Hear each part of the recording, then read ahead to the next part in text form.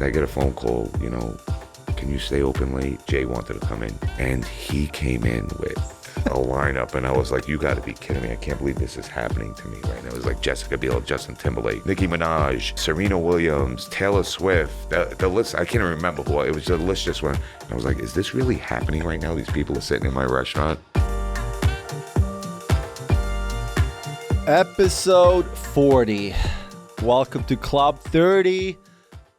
Jay, how do we feel? It's the last season before summer break. Yeah. Maybe a little longer break. We'll see. We'll see when we come back. Yeah, hopefully, it's sooner rather than later, but who knows? Who knows? Yeah, we've always just kind of been flying by the seat of our pants here, and we somehow managed to get 40 episodes in, which is awesome. Yeah, let's celebrate that. Yeah. Lucali. Yeah, it's one of the most famous pizzerias in the world, I guess. Yeah, now it is. Now it is. Yeah. And the founder, Mark Iacono, is our guest today here at Club 30 for episode 40. Amazing journey, story. Yeah. I'm pretty excited to get into it with him. I don't think that there's many. We've had actually season 5. We've had so many born and bred New Yorkers, and they always just bring this level of, I don't know, it's just easier for, it's comfort, this authenticity and this comfort that they bring, their energy, because they're born here, they're raised here, they have it all figured out. They're not trying to be anybody else but themselves. And from what I know about Mark, he's one of those guys, Carroll Gardens native, grew up in the neighborhood that Lucali, actually I think Lucali is in the same shop he worked at when he was a kid, which was like a candy store. So he has never left this block, and We'll see. I I know they're expanding a little bit, so maybe he's moving around more now than in the past. But hey, let's bring him in. Let's get this episode going, and let's talk pizza. Let's talk pizza. Today's guest is a true Brooklyn original. He's the founder of Lucali, one of the most beloved and talked about pizzerias in the world. Celebrities line up for a seat. The New York Times has sung its praises, but he's never seemed to care much for the hype.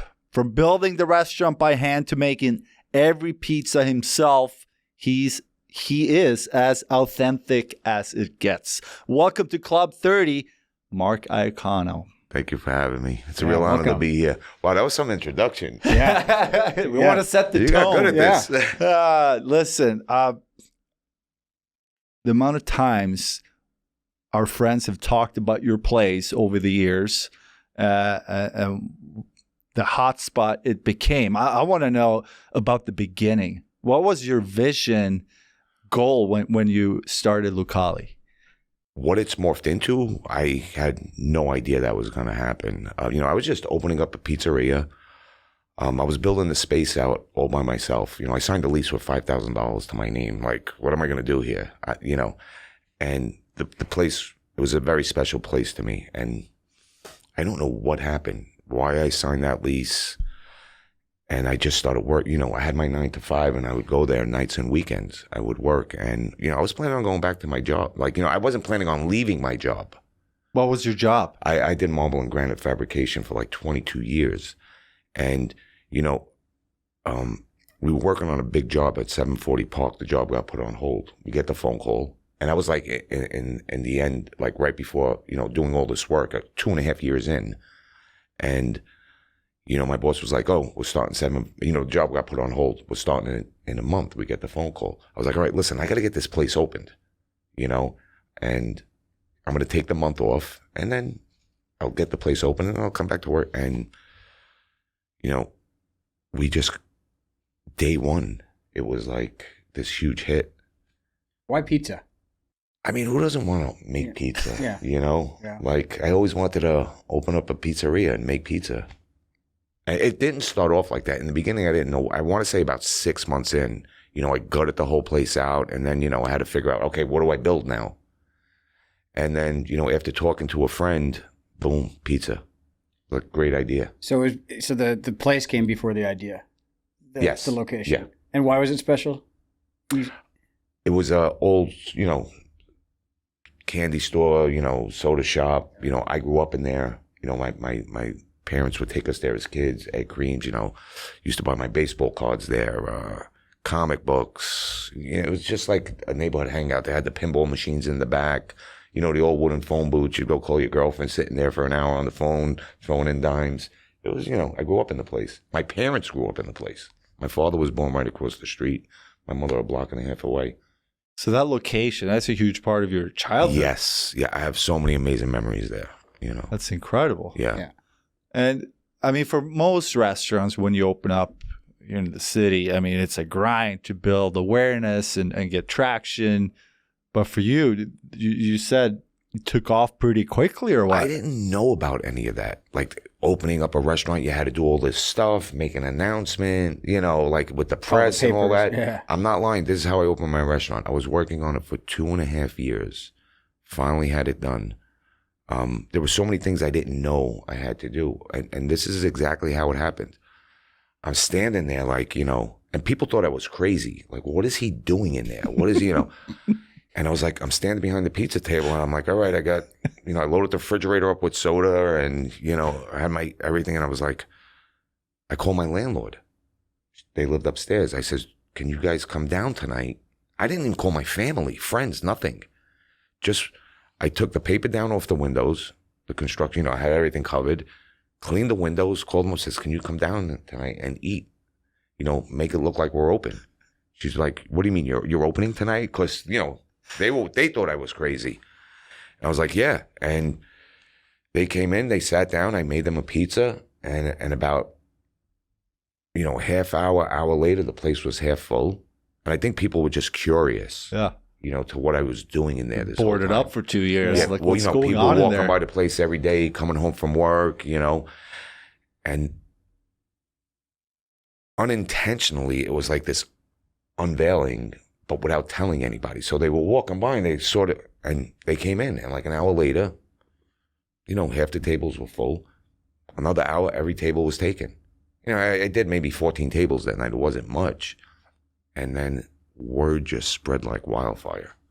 I wonder if there's a lesson there for other restaurants, these days. So this was obviously before social media. You couldn't really push anything out there. Maybe Facebook if you wanted to, but you didn't. But you see a lot of places in the city where they push out so much and big grand opening, and then it kind of dies out instead of going the other route where it's more mystery almost. Mm-hmm. Maybe today, yes. A person like me that never, I knew nothing. I didn't even know how to make pizzas. Like, it was, I just threw myself into the fire. Like, not real thinking, what's the, and, the learning curve grew with the business as it went. And, there were so many crazy stories, like things that happened. And I'll never forget it. Maybe 2 weeks in, I'm in there and I called a friend, I was like, listen, he asked me, he goes, when you open, can you give my daughter a job? I was like, 2 weeks, I was like, I was by myself, send her over. And, she was busy with a table, and I delivered a calzone to one of the tables. And then, I went back to make pizza. And she goes, yo, you gave it to the wrong table. So I went over, apologized to the table I didn't give it to. And I made him a calzone, and I go over, I bring it to him, apologized again. And he was like, are you the owner? I was like, yeah. He goes, I'm a food critic. I have a column. I would love to interview you. And I was like, this guy's probably, making believe he's a food critic trying to get a free meal out of me. That was my thought process. And I was like, yeah, sure, whatever. And I gave him my phone number. And sure enough, get the phone call in the morning. And I was like, he did this interview, and it was Rob Patronite from New York Magazine. And I asked him, and I was like, oh, all right. And like, I'm telling a friend of mine about it. And he was like, what do you mean you got interviewed by New York Magazine? I was like, yeah. I was like, what's it? I don't know. I'm a blue collar guy. I don't, and I was like, I was pissed off that it wasn't the Daily News. That's the newspaper I grew up with, not realizing that you want to be in the New York Times. That's the, and it just blew up. That was 2 weeks in. 2 weeks in, yeah. Mark, what were you looking for coming out of, granite, marble, fab, Like, what were you? Are you looking to feel something different, or to spend your time a different way, or to learn something new? You know, I guess I just wanted to own my own business, Yeah. you know, and I decided to do a pizzeria. Cool. There was no, it's weird. You know, I'm You still didn't trying to overthink figure it. it out. No, Yeah. Were No. you nervous? no, No. no. I can't explain it. I really can't. It's, you know, I did an interview and I was like, I don't know. There's like an angel on my shoulder. I'm like one of the most luckiest.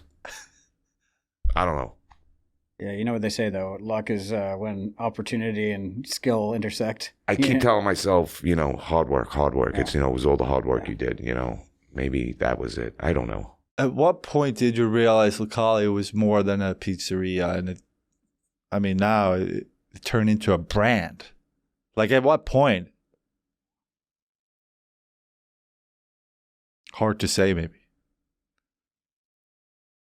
A week or two ago, maybe. I still like, I don't have time to sit and absorb it. You know, I'm working 6-7 days a week, nonstop, 16-hour days. And I haven't had the chance just to sit back and, reflect. And I don't know.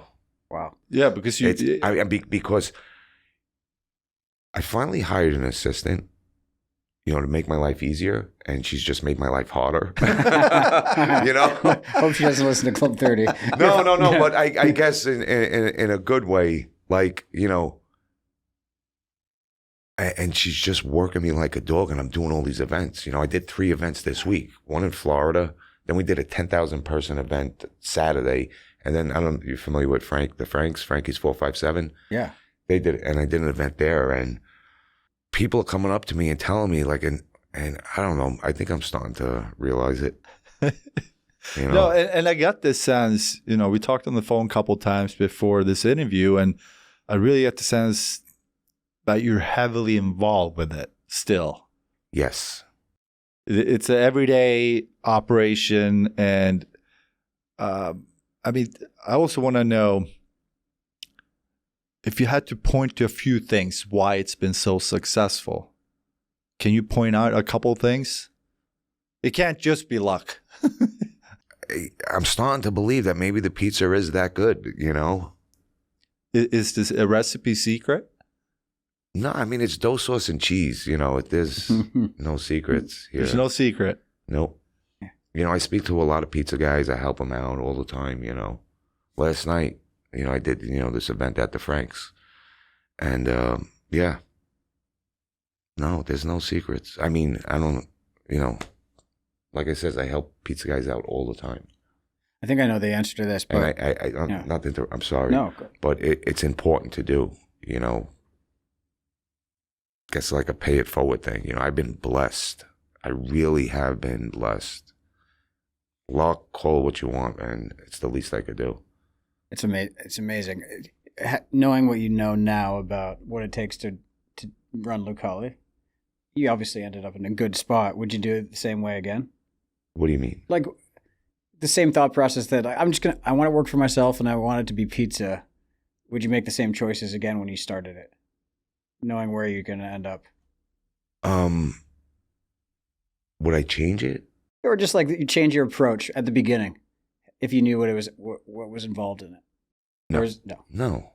I mean, if I was to open up a new place here, things, you know, I have to do things different now, you know. Yeah. But I always get nervous, even like whenever I'm doing something. Like even when I opened up Miami, like my thought process was pizza, calzone, leave me alone. That's all I'm making. And when I opened up there, no, it didn't work. So I had to pivot. You know, down there it was like, you know, you don't have the pizza craze, but we created a pizza craze. But people were like scratching their head. You know, I want a salad. I want other things. You know, it was big for a lot of, you know, European and South Americans at the time coming to eat, you know, back in 2013. And yeah, I had to pivot. And that's something I've become really good at, pivoting, you know, that I'm learning a lot about, and just not making myself crazy anymore. You know, just worry about it when I get there, and we always manage to get through it. I read a quote somewhere. You said, Lucali was built for you, not for the customer. Is there any truth to that? For me? That's what it said. Is that accurate? Maybe building Lucali, you know, I was kind of like in, the construction business and especially in the marble and fabricating. And I've always been obsessed with construction. I mean, as a kid, I remember, I'm talking like 8, 9, 10 years old, roaming the neighborhood at construction sites. I loved to build things. And one of the things was, if I could build a house, I could build a pizza. That was my thought process, and figure it out, But it was a labor of love building Lucali. Other than my daughter, it's my only other work of art, the actual location. That place is a complete gut renovation. Every nail, you stood in the cellar, you saw all the way up to the 3rd floor. I just ripped the place out and designed it and built everything. Every screw, nail was me. So you love that process itself. Yeah, that's, now that I think about it, I think, I was into design and all that. And I think it was more of like a showroom for me to get started in my own construction business, believe it or not, And then pizza was a second thought, and pizza just took off. It's amazing. It's a really, like, I still can't believe it. How many seats in the place? 25. 25. Yeah. And you've had so many high profile people there, celebrities from Jay-Z, Ed Sheeran, Paul McCartney. Like, how does that work when the place is that small? Do you always keep one table open just in case? No. Well, no, actually we don't. And, when they do come in, and they're sitting there, you're elbow to elbow with them. But everyone acts proper. No one bothers them. I think Jay-Z and Beyoncé have been there well over 200 times, and we've had maybe 3 incidents where someone went over to the table. Wow. Besides, Jay-Z will tell you, my waitresses are the best bodyguards in Brooklyn. We have these little routines where, like, we cut people off at the pad, we see it coming, and, but for the most part, Taylor Swift was there in there one, and no one even knew. She was in there for like 4 hours. No one knew.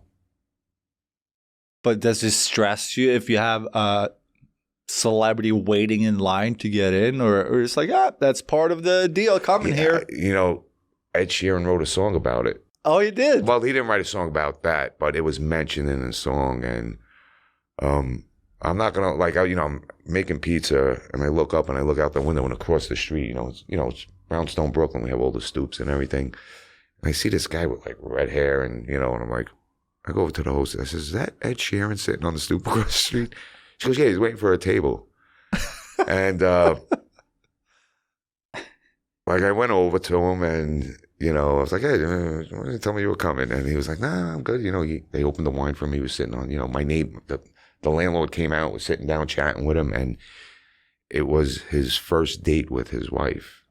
And he wrote about that in a song. No way. And the lines have become part of the experience, because it's people coming from all over the world to come to this restaurant. You got someone from Australia meeting someone from Spain, and, they're chatting it up. They're opening, they start drinking on the line. They're opening up their bottles, and, next thing you know, they're sitting next to each other, and, they're sharing wine and different types of pizzas going back and forth. It's Yeah, so the line has become part of the experience. It feels like the reason it's so special is because it's an extension of your home, like you yourself. Yes, and that's another thing I always say. It's like, you're not going there to eat pizza. You're going to visit Mark and the girls. Yeah, it just feels like there's so many restaurants. And I think New Yorkers have a very sensitive barometer for authenticity. And everybody has, maybe in every neighborhood, there's like somebody has a Lucali, right? The place where they just feel comfortable. Yeah. And like, I need to go there. I'd rather go there than sit in my kitchen or at my dining room table. But it feels like that, but it kind of is lightning in a bottle. Yeah, like you know? like someone will come out, a couple will come out to eat. It's their first time out in like a year because they had a baby, and there's the baby 1 year old, and you'll see my waitress, walking around with the baby, serving pizzas and letting them eat in peace. It's that kind of place. And then the next thing you know, my waitresses are their babysitters. Doing So a little side, it's a Carroll Gardens family. Yeah. Yeah. Yep. Yeah. I mean, it's been almost 20 years. You must have had so many incredible nights. Do you Just have? kidding. Yeah, it's a long time. Yeah. Feels like yesterday. Do you have one favorite night that sticks out? I mean, my favorite moments are, and again, I never spoke about this until a couple of weeks ago. 2, we do things with with a school, and with this special ed classes, some kids are autistic, and, they come in and, we do like a pizza class for them, and, all the kids were making pizza, and the first girl up got really, she was like an introvert. She didn't really speak much, and she got all nervous, was hanging on to the teacher, and, and all the kids just started making pizza, and we were finished. And now I'm standing off to the side, talking to the teacher, and I hear this loud, oh my God, look, so-and-so's making, I can't remember her name. And the girl was like back there by herself making, she was just watching and absorbing and making pizza like she was doing it her whole life. And it brought, until this day, the teacher tells me, you don't know how much that helped her. Like, she came out of her shell. She's no longer, yeah. And there was another time, again, I'm making pizza, and I look up, and my grandmother was, big inspiration, everything. She passed away 2 years before I opened. Never got to see the place. And I want to say about maybe 3 or 4 years in, I'm making pizza, and I look up and I see this old lady sitting by herself, and it kind of, reminded me of my grandmother a little. And I'm watching her. I thought, maybe someone was in the bathroom, but no, she wound up having, she was dining by herself. And I called the waitress. I was like, what's this? Because I don't know. She was just walking by. We happened to have a table. She was asking what this was. And I says, do me a favor, don't charge her for dinner. About a half hour goes by. The waitress and the lady walk up to the table, and they're both bawling, crying, and I was like, what's the matter? You didn't like the pizza? And the waitress was like, no, tell him what happened. It happened to be, her husband passed away 2 years ago, and it would have been her 50th wedding anniversary the day she came in. It was her 50th, would have been, and I bought her dinner, and then she, she thought that was her husband doing it, and it was, Oh my God. Wow. Yeah. Wow. That's beautiful. Those are 2 really special moments. I mean, that's emotional moments. How about any big parties that you? Yeah. I'm sure you've had a lot of nice parties. I mean, off the top of my head, there's been so many, but I'm not sure if it was an MTV award show or something that was being held at the Barclays Center. And I get a phone call, can you stay open late? I was like, what's late? 12:30. It was, Jay wanted to come in. And he came in with like a lineup, and I was like, you got to be kidding me. I can't believe this is happening to me right now. It was like Jessica Biel, Justin Timberlake, Nicki Minaj, Serena Williams, Taylor Swift. The list, I can't remember who. It was the list just went. And I was like, is this really happening right now? These people are sitting in my restaurant. That's incredible. That was actually one of my questions. If you ever had one of those moments where you look around and just stops, like, what's going on? Yeah, that was it. That was it. Yeah. And at like 3:00 in the morning, there was like 30 Escalades parked outside, and it was like, it was weird. All the What regulars. movie is this? Yeah. Mark, we've never met before, but you have this this presence that this like leadership quality that I think people are really attracted to, right? This energy that, have you always been a leader in the neighborhood? No, I don't think I'm a good leader. I think I'm too nice. And like, you know, I don't know. It sounds like your waitresses and your staff love working for you, and it sounds like They take advantage of me. I'm starting to be a boss. I'm finally starting to act like a boss, and you know, they're getting in trouble now. You know, I mean, I think I fired one person in 17 years. That's I have incredible for hard a time with restaurant. it, yeah. I don't have it in me. that was going to be my next question. Like, hardest leadership decisions you made. What about the expansion? That must have been kind of fish out of water a little bit. No, I just went with the flow.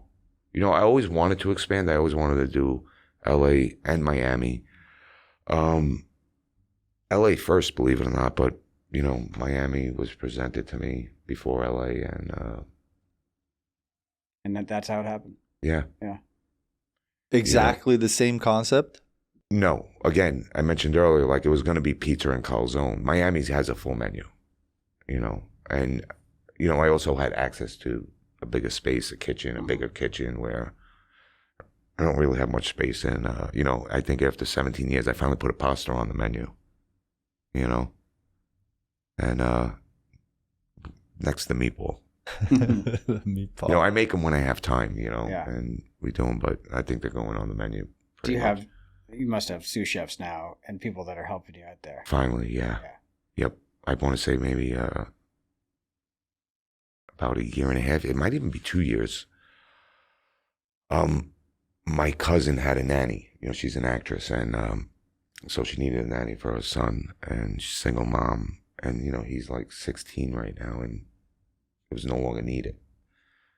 And she became like family, and so I hired her, and yeah, she's been awesome. That's great. So you went 18 years with you doing Yes. all the cooking. Yes. That is wild. Yeah. How does that happen? Like, how much time are you spending in the restaurant? Like prepping, cleaning, you know, all that, thinking through the day's program, whatever.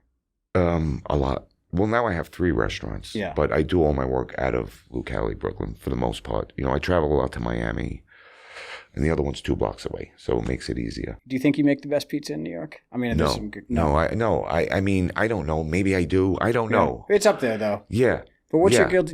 Do you ever get that guilty? Maybe the most talked about pizzeria. I don't know, but best pizza. In spite of your best efforts, yeah.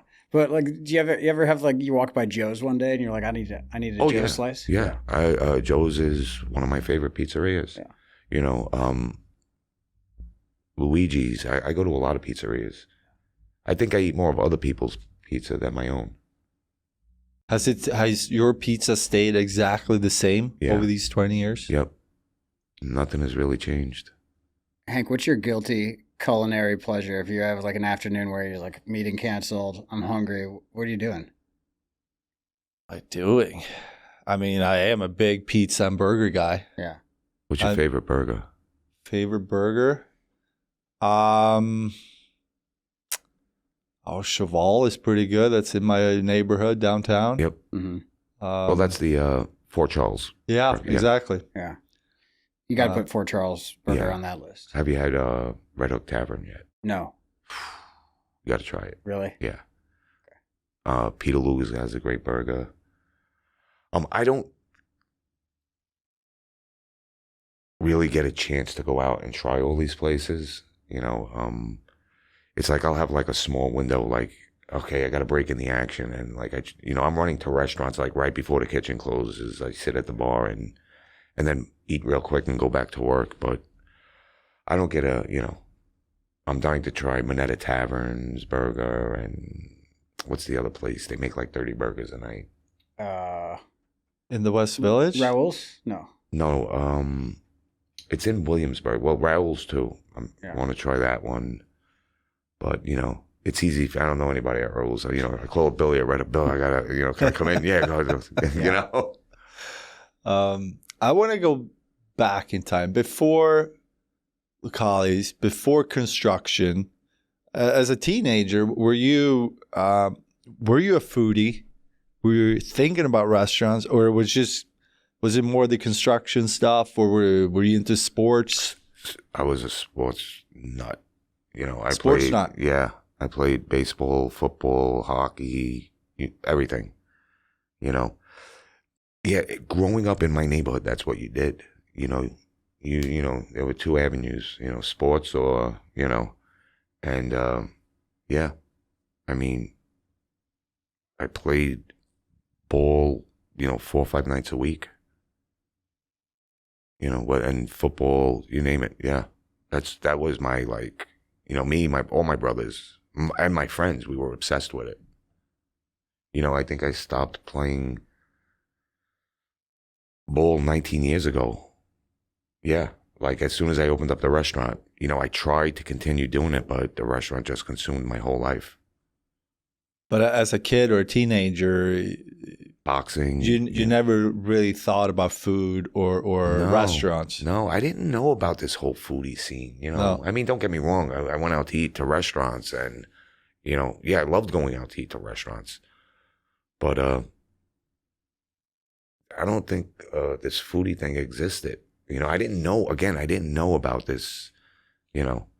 I remember, like, again, about a week, 2 weeks in, you know, place emptied out. It was late and some guy walked in. He was like, hey, you know, came walking through the door. I was by myself cleaning up. He's like, you know, can I get a pizza? I was like, yeah, you know, and he's just standing there watching me make pizza. And I was like, you know, I heard about you guys. I was like, well, how did you hear about us? You know? And he mentioned this, oh God, this chat room. I don't even own a computer at the time, you know, in 06. Chowhound. I was like, Chowhound. It goes like, yeah, everyone's talking about you want Chowhound. And I went to my mom's house. I was like, Mom, I got to borrow your computer. And I didn't even know how to Google things really at the time. I was just learning. And I Google Lucali Pizza and I see this chat room and yeah. What was the question? I forgot. I got lost a second. No, but how much you were... Oh, foodies, right. So, and I Foodie. think that was the start of it, you know, of that whole foodie thing. And again, that same night that I was telling you about the guy with the interview, right? Then I stopped by his second table and I asked the guy how everything was. Is everything okay? He was like, yeah, but do you got a hot spot in that oven? And I was like, what? A hot spot? You know, I never made pizza before, you know? And he goes, yeah, and he lifts up the pizza and half the pizza on the bottom was burnt to a crisp. And the other side was perfect. And I was like, oh shit, I'm supposed to look at the bottom of the pizza too when I cook it, you know? Thinking it all, you know, cooked the same. And I was like, oh, let me make you a new pie. And he was like, no, that's not. I says, no, I insist. He goes, and then he goes like, well, do you mind if I take pictures while you're, and I was like, take pictures of me, you know? I was like, yeah. And I go to make the pizza and he starts taking pictures. And I asked him, I was like, why are you taking pictures of me? He goes, oh, well, I have a blog. I says, I don't know, a blog? What's a blog? You know?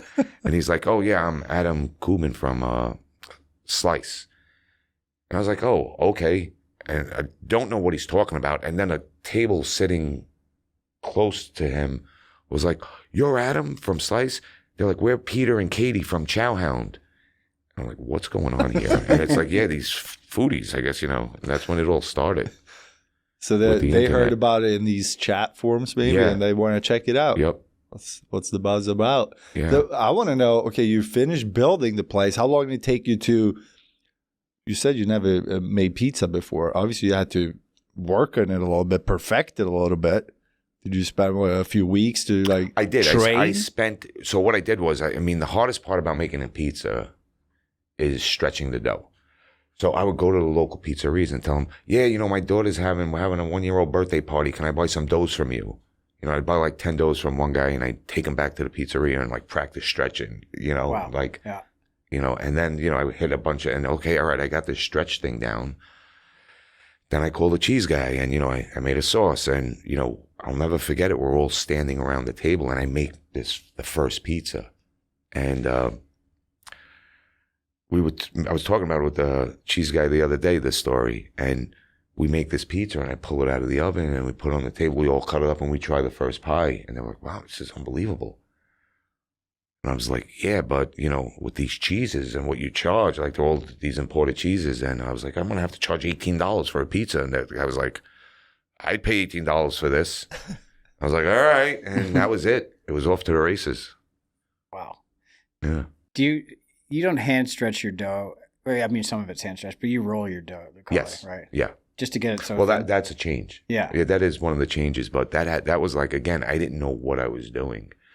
And a guy, a friend of mine showed me how to make dough, and he was actually closing his pizzeria as I was opening, guy Joe, and he also taught me a lot. And he gave me a bucket, this metal bucket, and he goes, "Yeah, you fill it up to right here, a little bit below the top, right?" And I didn't realize how accurate you had to be, like these differences, like I just learned about hydration. People ask me, "What's your hydration?" I'm like, "What are you talking about?" Right. I still, to this day, I don't know the science behind it. I just do it. It's what they showed me, and I haven't really changed it. But I guess there wasn't enough water, and I'm making the dough, and I'm trying to stretch the dough out, and it's not stretching. It's springing back. And I call my kid brother. He still lived at my mom's house. And I was, "Do me a favor, bring grandma's rolling pin here." Like, I'm getting backed up. The dough is not stretching. It's like a piece of rubber. Right? So I couldn't wait any longer. And I just grabbed a wine bottle and I just started using that as the rolling pin. And everyone's like, "Ooh, wow, look," like it became a thing. And not only that, I noticed that the pizzas were coming out a lot better. Like, and a lot. So I guess low hydration is one of the things that, people do. Crazy hydration now. You see it all over TikTok and internet. But us, it's low hydration. And the reason why we use the wine bottle is because you can't stretch it out. It's too stiff. You got to start it off with a wine bottle, and then the dough just relaxes, and it's easier to stretch after that. Amazing. So it was like one of these accidents. What do they call them? Happy accidents. Yeah. Do you ever feel like imposter syndrome? Like I can't believe that I'm doing this and people look to me like the expert when you kind of stumbled into all this. Do you ever have that feeling? All the time. Yeah. Well, last night, I'm working with the Franks, these two amazing chefs, and Christian Petroni, and I do. I get, And what do you like once that you feel like you're especially out of place? when people like call me chef? I tell them, "Don't call me chef. I'm not a chef." I think it's offensive to chefs. What these guys, I make pizza. I'm not, what these guys do is incredible. Yeah. And what do you do when you're like, you have any like go-to hacks to get out of that mindset, which is like, well, I can't believe I'm in this room, or I shouldn't be here. Exactly. And I felt that way yesterday. Yeah. And so how do you break that? I don't. I just go with it. It's it's like take the next step forward. Yeah. Yeah. Believe it or not, 18 years in, I'm starting to stop worrying what people think of me. That's the best way. I just want to put my head down and make pizza. Yeah. Like yesterday was like a beautiful thing. They booked this event. I didn't realize they gave me a date, the 20th. I didn't realize it's Tuesday, and I'm off. I'm closed on Tuesdays. So, I wasn't going to ask my staff to come in and work on their day off, and I did it by myself with the help of Gabby. I asked her. And working by myself like that, it was nice. Cool. Yeah. Henrik, your new chapter, you ever feel that imposter syndrome? I mean, I know the new chapter's close to the playing days, but it's different still. Do you ever feel like, I don't have the bona fides to be here? Like, why should people believe me? Feel like I put myself in so many new situations over the last few years that I didn't put myself in when I was playing, because so much my attention and time went to hockey. But now I have an opportunity to do so many different things. And yes, there's moments where I'm like, how did I end up here? This is not usually what I used to do, but yeah, sure. You just got to go with it, go with the flow. And it's kind of refreshing to like, if you asked me 5 years ago that I would be trying this right now, no. But I'm on a path right now. I just find it very interesting to challenge myself in different ways, because it used to be, I'm not going to say one angle for many years, but I mean, it was a game. That was the biggest challenge for such a long time. But I enjoy these different moments where I catch myself almost surprising myself a little bit. Yeah. Yeah. I understand the question a lot better when you asked him and him answering. But yes, I do. I I'm like, what am I doing here? We did Food and Wine in Miami, and all the major chefs are down there, right? And I get invited. Bobby Flay invites me to a lunch, right? And I was like, I think I'm going to lunch with Bobby Flay. This guy's asking me to, and I walk into this room, and it's like John George, Alex Guarnaschelli, every major chef is sitting in this room, and I'm like, stand back, like, and just like, I just like pretty much like stand in the corner, like, what am I doing here? I have no business being here with these people. Why am I here? And yeah. Or like when I'm amongst pizza guys, I'm kind of like, okay. Yeah. But there are some really hardcore pizza guys out there, and I'm like, yeah. I think there's more hardcore pizza critics than there are. These guys are like, the real OGs like Gio and Peter from Brooklyn Square Pizza, and these guys were born into it. And I'm like, yeah.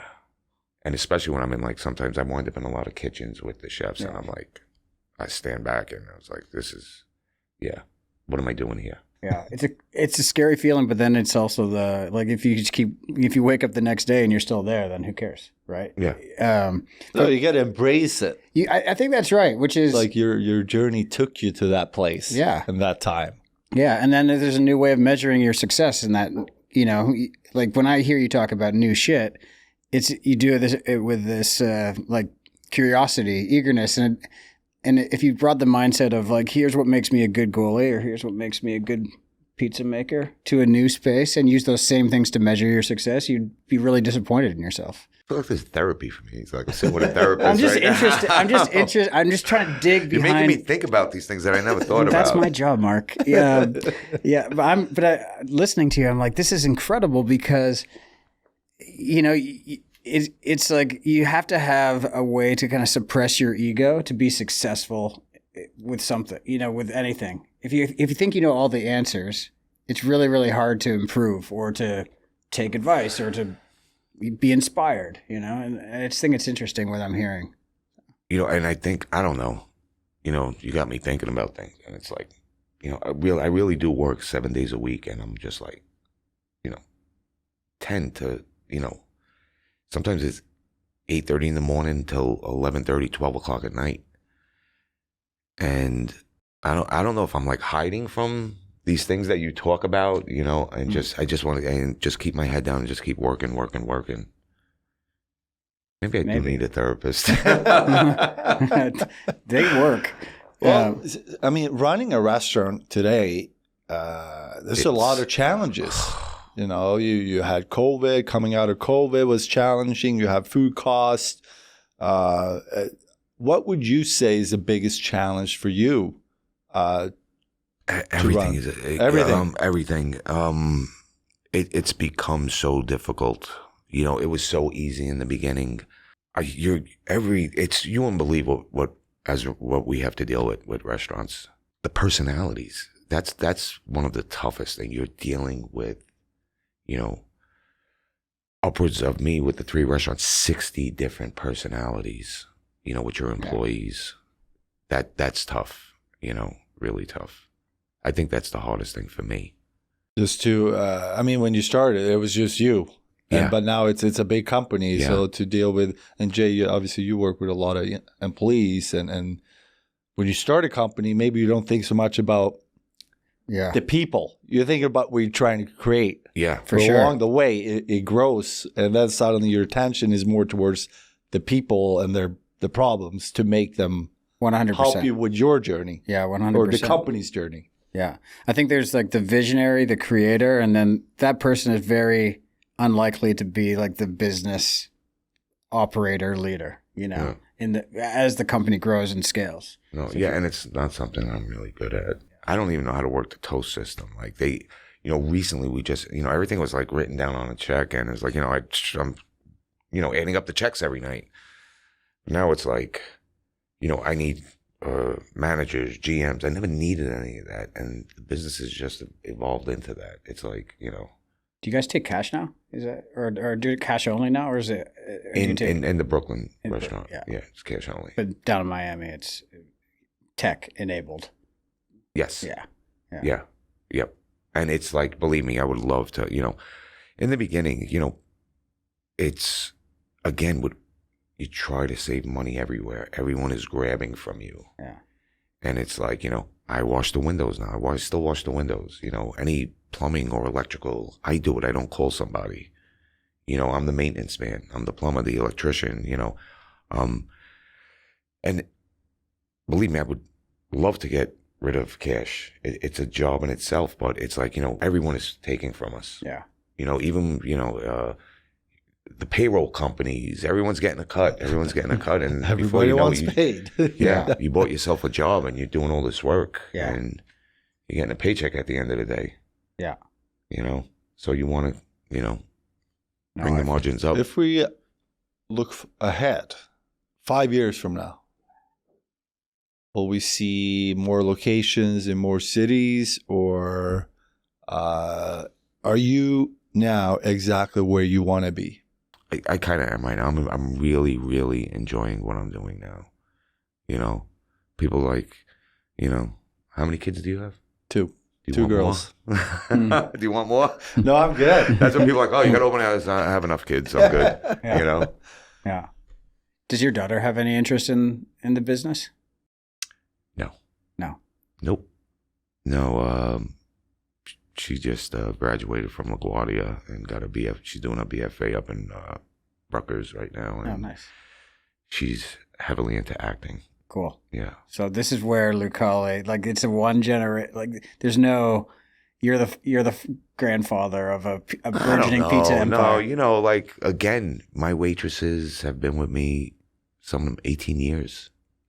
Once I got the second wave came in, maybe 8 years ago, and they're all still there. Missy's been with me since day one. Alex, Barbara.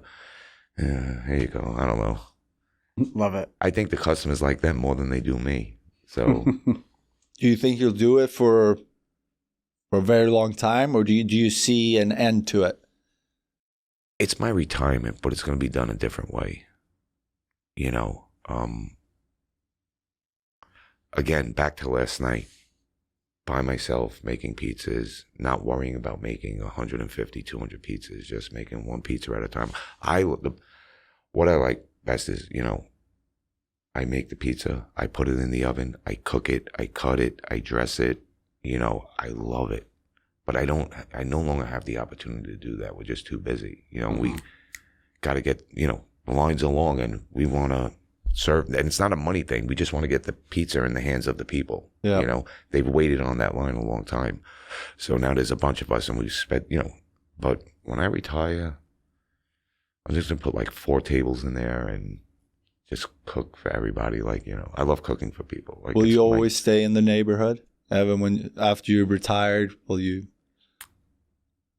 I think so. I may travel a lot more, Yeah. see the world, but the world comes to me now.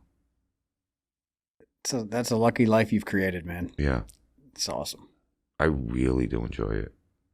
And in the end, that's what matters, right? Enjoy what we do. And it's not a job. Exactly. It doesn't feel like a sacrifice at all because you enjoy it so much. No. And it's been fascinating to hear your story. I'm not going to lie, I did get caught up with expansion and all these things. And I was like, it just brought drama to my life. And, more money, more problems, more restaurants. I'm happy. Yeah. There is a certain allure to like having a product on the shelf of Walmart, like a Rouse sauce. But then that's a whole. Yeah. You see the end result, you think, how hard can that be? It's hard. If it happens, it happens. Yeah. And, Yeah. Yeah. For me, it's like day by day. You said earlier, as a teenager, sport nut. Do you follow any teams today? Yankees, Knicks, Rangers, but I don't know. I have a little PTSD from the Yankees last year, and and I used to but I don't even. I'm not gonna lie. It's like right now, if you ain't getting in the playoffs, I'm not watching anymore. I can't. I was like dedicating too much of my time to it, and I can't anymore. Yeah. Can't do it. Well, listen, it sounds like you're enjoying it, and really happy for your success. It's been a great story, and it was very interesting to hear you talk about it. So I want to thank you for coming here today. I when I got the phone call or the message, I was like, "What, me?" Yeah. Yeah. I mean, it's a New York story, and we love it. And this is our last episode for season 5. That's what I'm saying. You picked me for the grand finale. I can't believe yeah. it. And well, next, what we haven't asked you yet is we're going to have the after party at Lucali. All right. That's why you picked me. Yeah. You wanted No, access to Lucali. Just kidding. We will come, though. We will. For sure. Yeah, you guys got to come out. We'd love We'll to have come you out. there. For sure. Can't believe you haven't been there yet. It's tough. Mark, it was awesome hearing your story. Thank you. Thank you for having me. It's an Oh, honor. come on. Like I said, I was shocked when I got the message. Don't be. You He earned wants it. me. You earned it. You earned it. Yeah. Well, thank you, Mark. Really appreciate it. Thank you. Yeah. Thanks, man. And that's a wrap. Episode 40. What a fascinating conversation. I didn't mean to lean in on him too much, but I was trying to figure out, like, is this an aw shucks thing that he does because he's not comfortable in the spotlight and being a famous kind of New York City icon chef? Or is it really his true personality where it's like he doesn't overthink it. He knows what he loves and he just does that. And that's what kind of came out. You know? No, it was just fascinating to hear how it came about and, the build up, people not really knowing what was going on. Then he opens without any promotion, anything, and just bam. Yeah. Takes off. Yeah. For our listeners and viewers who don't live in New York, just a little context on Lucali. Like New York is a notoriously hard place to get any reservation at your corner place, wherever. It's hard, right? There's services where you're paying $400 to sit at St. Anton's or wherever, down Angie, and then you have to pay for the food. Lucali is a whole different level of hard to get into. It's just, it for whatever reason, all the reasons we talked about, it is like the preeminent, like in spot that thinks of itself as a normal, regular pizzeria. It's hard to explain. Yeah, no, it's an incredible story, and people, you talked about the fact that you stand in line to get pizza. It's part of the fun. Yeah, I guess. Yeah. Hank, you like waiting in lines? Not necessarily. You don't even know what it's like to wait in line. Come on. I don't know. I wait in line sometimes. Yeah, at like a school recital or a gymnastics class. Not in New York, you don't. But neither does Mark. That's the irony of it, is that he's become so big that he's now, he's everywhere. I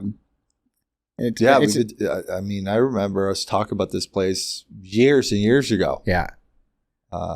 So now we definitely have to go out there. Yeah, we should become regulars because regulars do get a little bit of a wink and a nudge there, because he's a big community guy. We just have to be regulars rather than part-timers.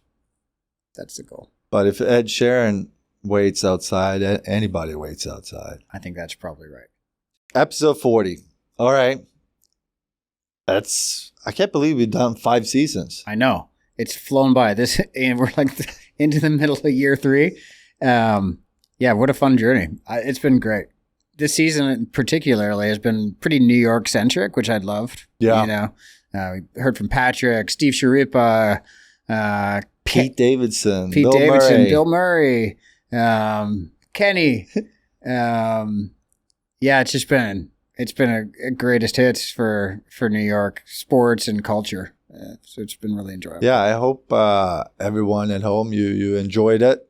I want to wish you all a great summer. We're losing Hank to Sweden after the playoffs. Yeah, I'm in one right now. Going back and forth through Atlanta, and then eventually I'll be on location to work the Stanley Cup Finals, and after that, heading back to Sweden for the summer. That's the plan. Can't wait. to enjoy Sweden and great weather, see friends, family, reconnect with everyone. Yeah. Come back, recharge for an amazing fall in New York City, which is my favorite time, really. It's the fall in New York City, September. I love it. Have a great summer, everyone. Yeah, thanks a lot for following along, sticking with us through all 40. We really appreciate the support. And if you like what you hear, we'll be back down the road. So follow us, find us wherever you get your podcasts, Spotify, YouTube, Apple. And we'll see you then. Have a great summer, everyone.